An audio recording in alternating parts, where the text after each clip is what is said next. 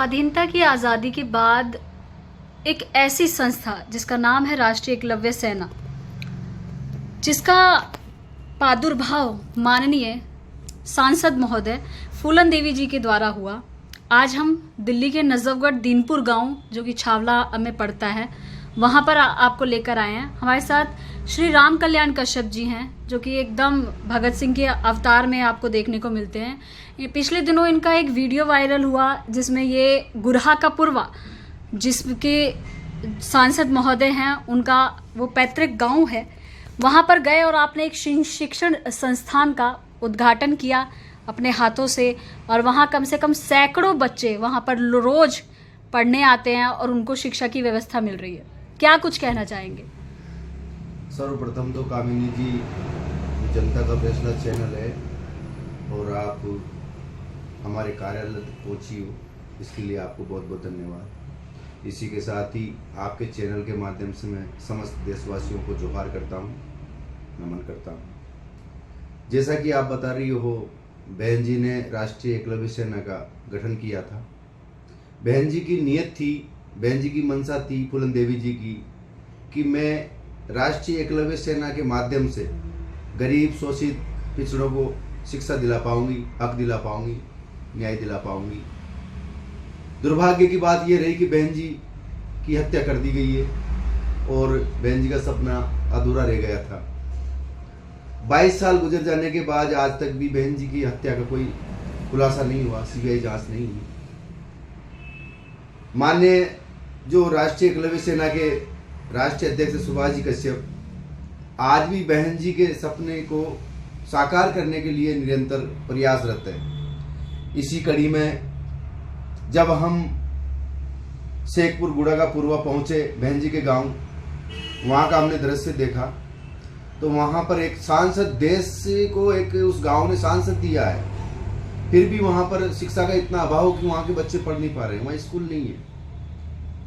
इस स्थिति को देखते हुए मान्यवर सुभाष जी कश्यप ने वहां पर एक गुड़ा के शेखपुर में एक शिक्षण संस्थान खोला है, जिसमें आज लगभग 100 बच्चे पढ़ रहे हैं। और सुभाष जी कश्यप का कहना है कि जहां जहां भी टीम जा रही है, उत्तर प्रदेश, दिल्ली या हरियाणा, पंजाब में हमारी, तो जहां भी शिक्षा का अभाव है हम वहां शिक्षण संस्थान खोलेंगे और जहां भी अभाव है शिक्षा का, बच्चों को शिक्षा दिलाने का काम करेंगे। जब आप वहां पर पहुंचे तो वहां के जो ग्रामीण वासी हैं, उनका क्या रिस्पॉन्ड आपको मिला? वहां पर जब हम पहुंचे तो मतलब ऐसा वहां पे महसूस हुआ कि जैसे कोई सुभाष जी कश्यप पहुंचने के बाद में वहां पर एक आस जगी, ललक जगी वहां पे, तो उनको ऐसा महसूस हुआ कि बहन जी फूलन देवी वापस जिंदा होकर आई है उनके गाँव में। ऐसा महसूस हुआ वहां पर। लोगों ने कहा सुभाष जी कौन है जो इस राष्ट्रीय एकलव्य सेना को चला रहे हैं, जगह जगह गरीबों को न्याय दिला रहे हैं, जगह जगह गरीबों की हेल्प कर रहे हैं। जैसे कोरोना काल में भी इन्होंने बहुत सहायता की है। अभी उनकी बहन जो रुक्मणी जी है, उनके बच्चे के पैरालिसिस हो गया था, इन्होंने 40-50 हज़ार की मशीन भिजाई है वहाँ वो एक्सरसाइज करने की है। और थोड़े दिन पहले इन्होंने वहाँ पर पूरे गाँव को भात भी भरा है। अभी एक छत टूटी थी वहाँ पे बागपत के कंडेरा गाँव में, वहाँ पे एक गरीब बंधु की छत को ये वहाँ डलवा के आए हैं। जो ये शिक्षण संस्थान खोली है उसका नाम क्या है? अगर हमारे मीडिया के एकलव्य शिक्षण संस्थान के नाम से हमने नाम दिया है। और जहाँ भी हम शिक्षण संस्थान खोलेंगे वहाँ पर बहन जी की फोटो रहेगी, क्योंकि बहन जी का ये सपना जिसे हम साकार कर रहे हैं जी। बहन जी की चाहत थी कि देश के अंदर कोई भी पिछड़े वर्ग का, शोषित वर्ग का कोई भी बच्चा अनपढ़ ना रहे, उसे हम पूरा करने की कोशिश कर रहे हैं। कौन सी क्लास से कौन सी क्लास तक के बच्चे वहाँ पढ़ते हैं? हम LKG से 5वीं तक पढ़ा रहे हैं अभी तक। अभी LKG से 5वीं तक? LKG से 5वीं तक पढ़ा रहे हैं। और आगे भी अगर लोगों का हमें साथ मिला और सभी ने इस संगठन में साथ दिया तो हम हर जगह शिक्षा। आगामी योजनाएं क्या है गुरहा की पुरवा? मतलब मेन जो मकसद है राष्ट्रीय एकलव्य सेना का, वो गुरहा का पुरवा का ही विकास करना, उस गांव का विकास करना है, या हर वो गरीब, शोषित, वंचित वर्ग का विकास करना? नहीं, हमने शुरुआत वहां से की है, क्योंकि सर्वप्रथम जिन बहन जी का सपना था, उनका गांव था, तो हमने शुरुआत केवल वहां से की है, उनकी जन्मभूमि से। अपितु हम पूरे देश में जाएंगे, जहां जहां भी जाएंगे और जहां भी अभाव होगा शिक्षा का, हम पहले शिक्षा का ही काम करेंगे। धन्यवाद सर। अब हम बात करेंगे माननीय हमारे साथ राष्ट्रीय अध्यक्ष जुड़ चुके हैं सुभाष जी कश्यप। सर्वप्रथम मैं आपका स्वागत करती हूं अपने चैनल में। जब जब बहन जी का नाम आता है तो उन्हें ऐसा लगता है जैसा आपको आपके घर का कोई सदस्य है, आप बहुत भावुक हो जाते हैं। हमें हर बार ये देखने को मिली है कई कार्यक्रमों में, लेकिन फिर भी आज एक बहुत बड़ा सपना साकार हुआ है। राम कल्याण कश्यप जी गए थे वहां पर और आपके सपनों को उड़ान देकर आए हैं, उद्घाटन करके आए हैं, जो सैकड़ों बच्चे वहां पर लाभान्वित हो रहे हैं। कैसा महसूस हो रहा है आपको? बहुत अच्छा महसूस हो रहा है मुझे। बहन जी की एक सोच थी, दबे कुचले समाज के अंदर परिवार की आर्थिक स्थिति ऐसी थी कि बहन जी पढ़ नहीं पाई। सांसद बनने के बावजूद भी उसको ये चीज़ बहुत महसूस होती थी कि भाई आज तू पढ़ी होती तो कुछ और इस सरकार से लड़ झगड़ के गरीब शोषित समाज के लिए कुछ ना कुछ कर पाती। तो इसलिए उन्होंने ये विचार बनाया था कि भाई हर एक ज़िले के अंदर, हर एक लोकसभा के अंदर एकलव्य सेना संगठन द्वारा शिक्षण संस्थान खोले जाएंगे। तो उसका शुभारंभ मेरी टीम अभी 15 दिन पहले गई थी और करके आई है। इसके अंदर बहन वीरांगना फूलन देवी की माताजी द्वारा ही उस संस्थान का रिबन काट के उद्घाटन कराया गया है और हम लोगों के सहयोग की उम्मीद करते हैं कि पूरे हिंदुस्तान के अंदर हम इस किस्म के संस्थान खोलें। दबे कुचले समाज के जो बच्चे पढ़ लिख के ये देश जब ही तरक्की के रास्ते पर जाएगा कि जब गरीब को शिक्षा मिलेगी। आज 9 साल के अंदर सत्तासीन सरकार ने शिक्षा को इतना महंगा कर दिया कि गरीब आदमी की बजट से बाहर हो चुकी है। और हमारी विचारधारा ये है कि गरीब लोगों को जब शिक्षा दी जाएगी तो ये देश भी उन्नति करेगा और उस परिवार का भी भला होगा। माननीय राष्ट्रीय अध्यक्ष जी, सवाल मेरा नहीं बल्कि जो हमारे देश की जनता है उसका सवाल है ये। राष्ट्रीय एकलव्य सेना और बहन फूलन देवी को मानने वालों की जो संख्या, जो उनको अपना भगवान तक मानते हैं, लाखों की संख्या में है, लेकिन उनकी हत्या करने वाला, हत्या का जो आरोपी है, अब तक वो उनको ना जेल हुई है ना ही कानून की कोई सजा हो पाई है। तो राष्ट्रीय एकलव्य सेना कुछ ऐसा उनके लिए ये भी करने वाला है? कोई आपके प्रोटेस्ट वगैरह करने वाले हैं, डिमांड वगैरह करने वाले हैं, या ऐसे ही चलता रहेगा?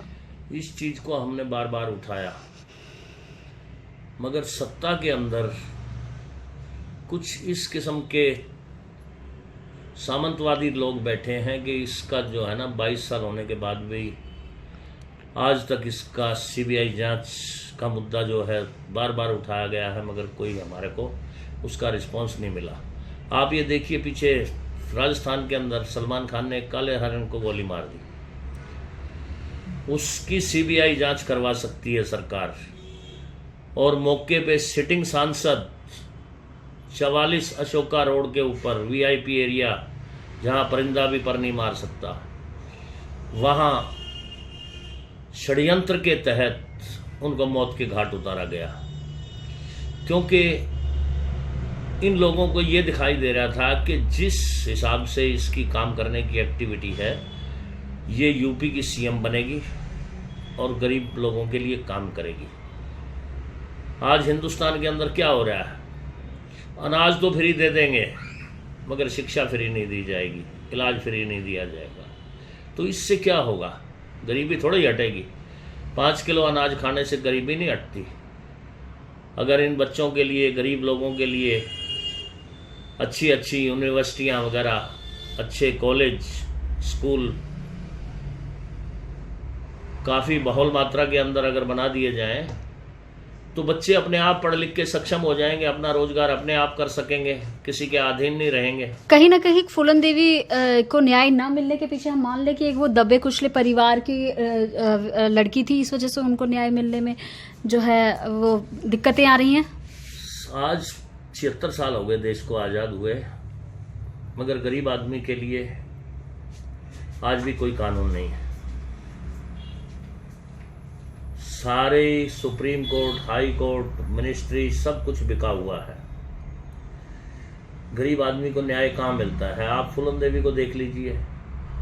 1983 के अंदर जिन लोगों ने, जितने भी चंबल के शरण में थे, जितने भी डकैत थे, मनोहर मोहन सिंह, मलखान सिंह था, माधव सिंह था और अदर, उनको 8.5 साल के बाद से जेल से रिहाई दे दी गई।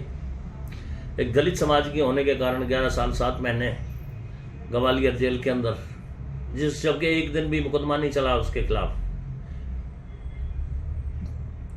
एक मुस्लिम समुदाय थे, से मुस्तकिन बाबा थे, उन्होंने इस बेटी को अपनी शरण में लिया।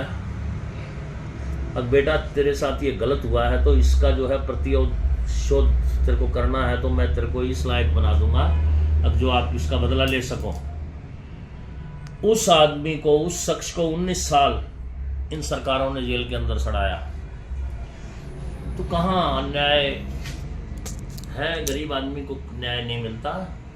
सब कुछ पैसे वालों का है इस देश के अंदर। सत्ताधारी ऐसी पार्टियां बैठी हैं कि उनका साम्राज्य चलता है। तो कहीं ना कहीं हम ये मान लें कि उनको न्याय नहीं मिलेगा। नहीं, जो दिखाई दे रहा है हालात जो है ना, हालात ये दर्शाते हैं कि संभावना बहुत कम है।